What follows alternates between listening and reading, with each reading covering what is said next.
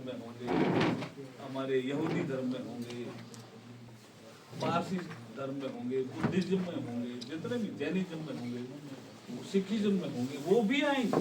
तो ये एक करीब करीब 50,000 स्पिरिचुअल लोगों का एक जो अभी जो ये कॉन्फ्रेंस होगी, वर्ल्ड स्पिरिचुअल कॉन्फ्रेंस जिसको हमने नाम दिया है, इससे एक मैसेज आएगा कि भारत इनहेरेंट पावर रखता है स्पिरिचुअल सेक्टर की, जिसमें मैं कई बार देखता हूँ कि बीकानेर भी रखता है स्पिरिचुअल सेक्टर की इनहेरेंट पावर, बीकानेर भी रखता है। ऐसे बहुत से शहर, बहुत से स्थान भारत में है। तो स्पिरिचुअल सेक्टर में भी हम क्या वर्ल्ड लीडर बन सकते हैं? ये भी एक सब्जेक्ट है जिसको कभी किसी ने नहीं सोचा। ये हमारे जो हमारा संकल्प पत्र बनेगा उसके एक पार्ट रहेंगे। उसमें एग्रीकल्चर सेक्टर को कैसे डेवलप करेंगे, इंडस्ट्रियल सेक्टर को कैसे डेवलपमेंट करेंगे, विरासत को भी जिंदा रखेंगे, विकास भी लगातार कराएंगे, रेलवे का कैसे विकास करेंगे, आने वाले समय में सिविल एविएशन सेक्टर बहुत तेजी से बढ़ रहा है, इसका इंफ्रास्ट्रक्चर कैसे खड़ा करेंगे, रोड कनेक्टिविटी कैसे बढ़ाएंगे, समुद्री मार्ग को कैसे सहज करेंगे, वाटरवे कैसे ठीक करेंगे। बहुत ऐसे चैप्टर हैं हमारे संकल्प पत्र के जो इस पे हम चर्चा कर रहे हैं। और आपके भी कोई सुझाव होंगे तो हम आपके भी सुझाव आमंत्रित करेंगे, क्योंकि भारत को विकसित भारत बनाने में सबके योगदान की जरूरत है। भारतीय जनता पार्टी ने ये कार्यक्रम हाथ में लिया है और कहा है कि इसका प्रचार प्रसार भी होना चाहिए, लोगों को पता चलना चाहिए कि संकल्प पत्र इस स्तर का बन रहा है। संकल्प पत्र भारतीय जनता पार्टी का जो 2024 के चुनाव के लिए इस स्तर का बन रहा है, ये जानकारी होनी चाहिए। इसके लिए आज की ये प्रेस कॉन्फ्रेंस, ये मुझे इनिशियल कुछ रिमार्क करने थे। बाकी आपके सवालों के लिए मैं जितना मेरी क्षमता होगी मैं जवाब देने की कोशिश करूँगा।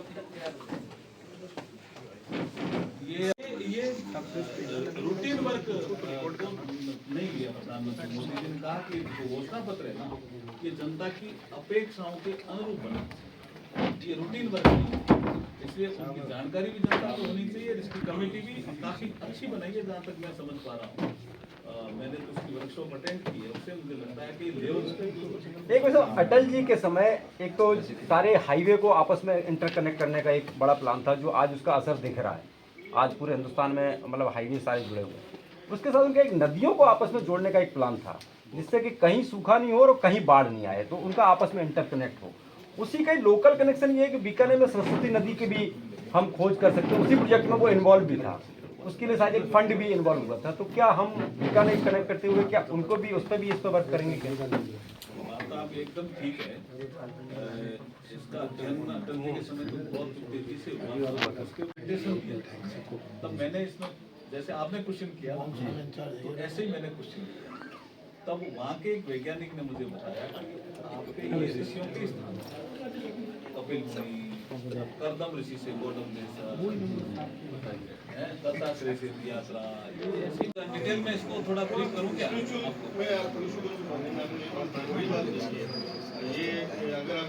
अगर थोड़ा समय हो तो थोड़ा इसको ब्रीफ करूँ क्यों हम इसको लेना चाहते हैं। देखिए हमारे जो शरीर है ना हमारा, इसके 4 पार्ट हैं, एक बॉडी, एक माइंड, एक इंटेलेक्ट और एक सोल।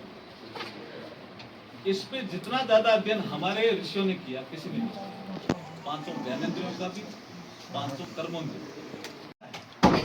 कि तनाव में हीलिंग देते हैं। ये क्या कारण है? तो उन्होंने कहा बॉडी, माइंड, इंटेलेक्ट और सोल एक पेज पे आने से आदमी बैलेंस रहता है, सकारात्मक सोचता है, कभी नेगेटिव नहीं सोचता। तो ये विश्व के लिए धरोहर है कि भारत इसको दुनिया के देशों को भी समझाए। लोग धर्म की बात करते हैं ऐसा है नहीं, लेकिन स्पिरिचुअलिटी, रिलीजन की बात करना अलग है, स्पिरिचुअलिटी की बात करना ये अभी मोदी जी के कालखंड में ज्यादा बड़ी है और इसमें भारत ताकत रखता है। आप एडवर्टाइज नहीं करेंगे और उसके बाद भी बाबा रामदेव एडवर्टाइज करता है पतंजलि, फिर उस पर फाइन लगाता है सुप्रीम कोर्ट और उसके कंटेंट होता है कि बाबा रामदेव को हम योग का गुरु तो मानते ही है ना।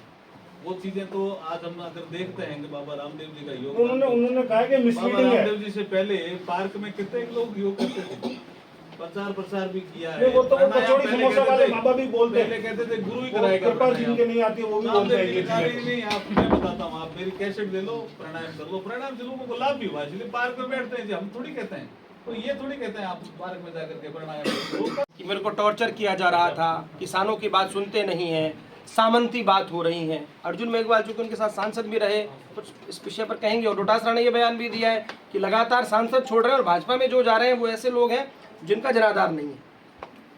मेरे वो साथी संसद में भी रहे हैं, मैं तो जब शुरू का कलेक्टर था तब उनकी माता जी जिला प्रमुख थी, तो कौन से सोच से उनके पिताजी 4 बार MP बने, कौन से सोच से उनकी माताजी जिला प्रमुख बनी, कौन से सोच से उनके माताजी एक बार MLA भी बनी, कौन से सोच से उनकी माताजी एक बार समाज कल्याण बोर्ड की अध्यक्ष भी बनी, कौन से सोच से राहुल कसमा जी MP बनी। सोच तो वही था ना, अब याद आया क्या उनको? सर, जिस तरह से दूसरी पार्टी से आपकी पार्टी में लोग शामिल हो रहे हैं, तो क्या आपकी विचारधारा पर कितना असर पड़ा? देखिए, जो भी आदमी वाकई वो आपकी विचारधारा से मुतासिर होकर शामिल हो रहे हैं? प्रधानमंत्री नरेंद्र मोदी जी की नीतियों से प्रभावित होकर के हमारी पार्टी में आएगा, हम सम्मिलित कर रहे हैं। ये हमारी पार्टी का एक सर्वसम्मति से लिया गया निर्णय है। हरियाणा के प्रकरण को लेकर बीजेपी और बीजेपी देखिए, हमारी भारतीय जनता पार्टी संगठन आधारित पार्टी है। संगठन को मजबूत करना, संगठन को और आगे बढ़ाना, ये हमारी प्रक्रिया के अंग है, तो उसी का ही प्रक्रिया का ही हिस्सा है। बस ये पहले भारत आया अफगानिस्तान से, पाकिस्तान से, बांग्लादेश से, उनको नागरिकता देने का काम है, नागरिकता छीनने का तो है ही नहीं ना। मुस्लिम शब्द को लेकर आपत्ति है। धार्मिक प्रताड़ना उनको हुई क्या बाकियों को बताओ, मेरी समझ में नहीं आ रहा। धार्मिक प्रताड़ना के कारण जो लोग, मैं तो हजवाला में इधर जाता हूँ तो वो कहते हैं साहब हम नहीं जाना चाहते पाकिस्तान वापस। वो कोई रिलीजियस वीजा लेके आ गए, कोई करणी माता के दर्शन करने के लिए आ गए, कोई बाबा रामदेव जी के दर्शन करने के लिए आ गए। वो कहते हैं हमें बहुत प्रताड़ना होती है, हम नहीं जाना चाहते। क्या वो अनडिवाइडेड देश के ही भाग थे, तो वो प्रताड़ित वहां होते रहे। हमारे संविधान निर्माण जब हो रहा था तो बाबा साहब भीमराव अंबेडकर जी ने यही कहा कि हमारे भाई दूसरे जो देश बन गया उसमें प्रताड़ित नहीं होने चाहिए। तो वो प्रताड़ित हो रहे हैं तो उनको नागरिकता देने का काम भारत को करना चाहिए। उस समय भी कहा उन्होंने। सर, विरोध ये है कि मुस्लिम के अलावा, क्योंकि हम तो धर्मनिरपेक्ष है ना, हम हिंदू राष्ट्र तो है नहीं। धार्मिक प्रताड़ना, इसे सब्जेक्ट को समझो ना आप।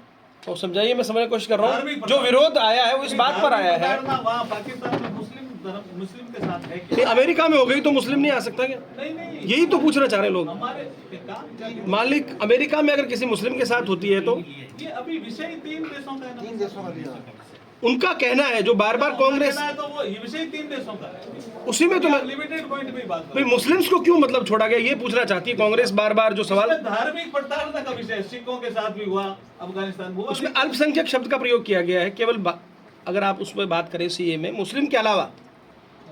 वो भी बात वैसे उधर तो वो बहुसंख्यक ही है। हाँ, इसीलिए। लेकिन प्रताड़ना नहीं है ना उनको वहाँ। हमें 3 देशों की बात कर रहे हैं ना, अभी जो कानून आया वो 3 देशों की है, अफगानिस्तान, पाकिस्तान और बांग्लादेश।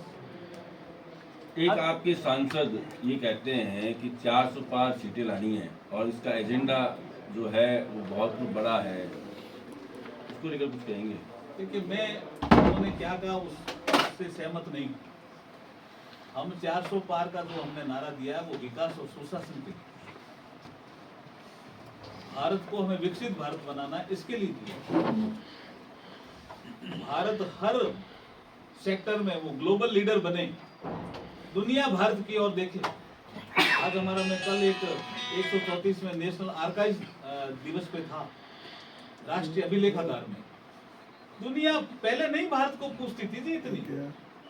एक लाहौर सेट करके एक दस्तावेज था जो पहले भी था हमारे पास, पढ़ने में नहीं आता। हमने उसको डिजिटलाइज किया, हमने उसको सुरक्षित किया, हमने उसको ऑनलाइन किया। सारे लाहौर सेट के दस्तावेज को देखने के लिए दुनिया के लोग आ रहे हैं भाई, ये लाहौर शहर में ये ऐसा दस्तावेज था, आपके पास था। अपने कमल के निशान पे जीतने का लक्ष्य लेकर के चल रही है, क्योंकि डॉक्टर श्यामा प्रसाद मुखर्जी ने कभी 370 धारा के विरोध में कश्मीर जाने का निर्णय किया, वहां वो शहीद हो गए। इसलिए उनको श्रद्धांजलि देने का विषय भी है इस चुनाव में।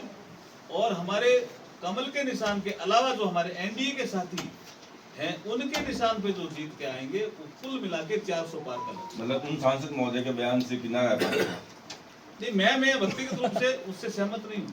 मैं सुशासन के लिए 400 पार हम चाहते हैं, हम डेवलपमेंट के लिए 400 पार चाहते हैं, भारत को विकसित भारत बनाना, उसके लिए 400 पार चाहते हैं। मतलब वो अपनी कॉन्स्टिट्यूंसी में वो एजेंडा चलाएं। मैं मेरे विचार से उनकी बात से सहमत हूँ। सर, आपके पुराने मित्र का एक प्रोजेक्ट था जो बीकानेर के लिए बहुत महत्वपूर्ण था, और उसके लिए पहले फेज में संभवतः 18 करोड़ का सैंक्शन भी हुई थी।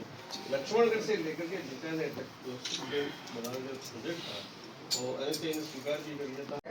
चर्चा करेंगे ये विषय को। बात तो नदियों को जोड़ने वाला तो है ही, लेकिन सरस्वती नदी जो 2 भागों में बहती थी, ऐसा कहते हैं लोग कथाओं में भी कि एक प्रयाग जाती थी, वहाँ जाकर के वो अपने बीकानेर के भंवरलाल कोठारी जी थे जो गौसभा आयोग के अध्यक्ष थे, उनका भी इसमें थोड़ा वर्क है, कुछ उनके पास दस्तावेज हैं। मेरे को बात दे दूंगा। और बाकी तो रामदेव जी का एक भजन है जिसमें ये चर्चा आती है, गंगा जमुना बहवे सरसों, रामदेव जी बाबू स्नान करे, कब एक नदी बहती जड़ी स्नान करता तो सर,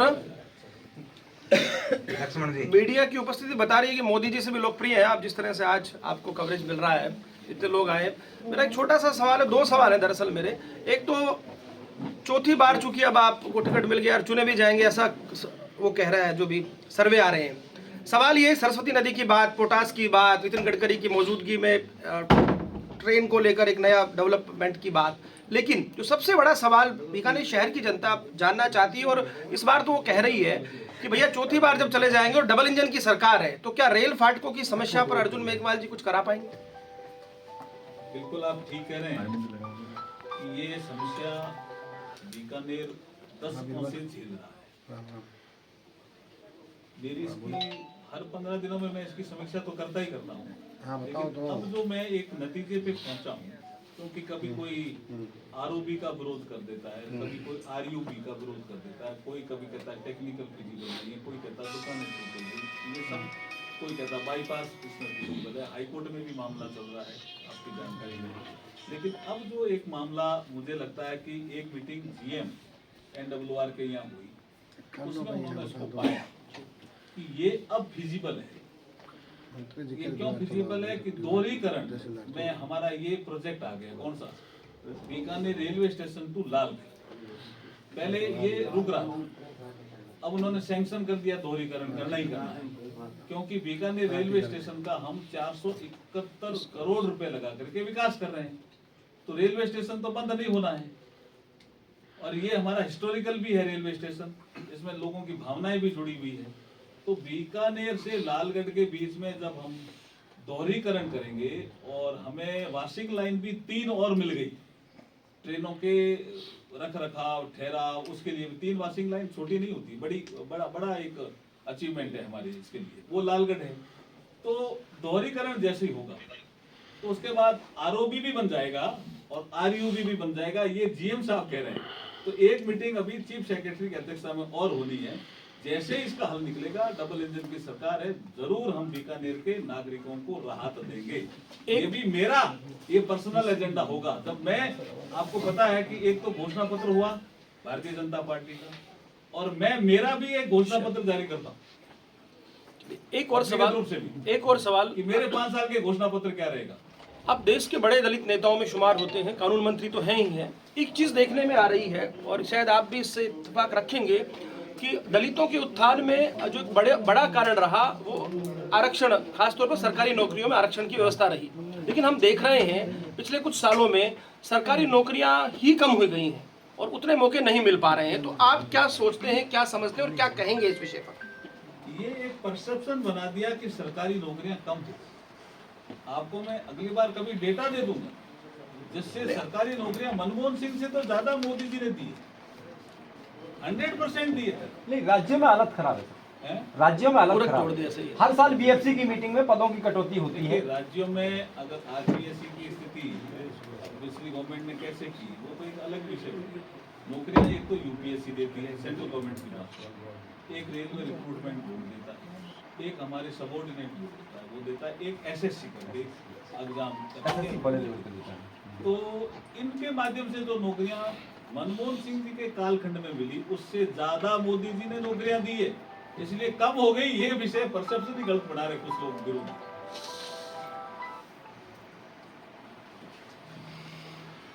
मेघवाल कांग्रेस प्रत्याशी बना रही है, आप कुछ कहेंगे? बना ही दिया मान लीजिए। वो तो कांग्रेस का काम है ना, उसमें मुझे आप- टिप्पणी करनी है। मुझे भारतीय जनता पार्टी के लिए कुछ पूछना चाहें तो आप पूछें तो ज्यादा बेहतर। अच्छा, एक चीज और, आप मैं हमेशा उसमें भी कुछ कहूँ तो इतना ही कहूँगा मैं, क्योंकि आप सभी जी। बड़ी संख्या में हैं, वो पत्रकार साथी भी हो, बुद्धिजीवी वर्ग भी मैं आपको कह सकता हूँ, और आपको मैं ये भी कह सकता हूँ कि जो समझदार लोगों की एक टोली होती है आप उसके से, इसलिए मैं आपको फिर कहूँगा कि कोई सामने आए, क्योंकि कांग्रेस सामने तो आएगी, चुनाव तो लड़ेगी, ऐसा तो है नहीं कि चुनाव नहीं लड़ेगी, लेकिन मेरे भारतीय जनता पार्टी के जितने भी मेरे वरिष्ठ बैठे हैं उनके सामने मेरा विषय पॉजिटिव पॉलिटिक्स करने का ही रहेगा।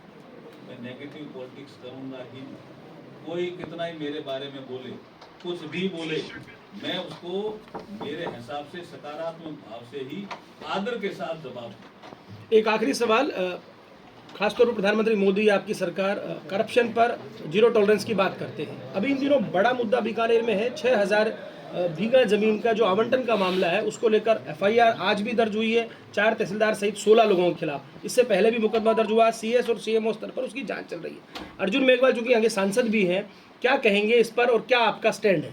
स्टैंड हमारा सेम है जो भारतीय जनता पार्टी का स्टैंड है, करप्शन पे जीरो टॉलरेंस, सारों का यही स्टैंड। जितने हम इस विषय पर आपके पास आया नहीं आया ये विषय? करप्शन का विषय आएगा तो जीरो टॉलरेंस। डॉक्टर है वो सरकारी डॉक्टर के अंदर बैठे सरकारी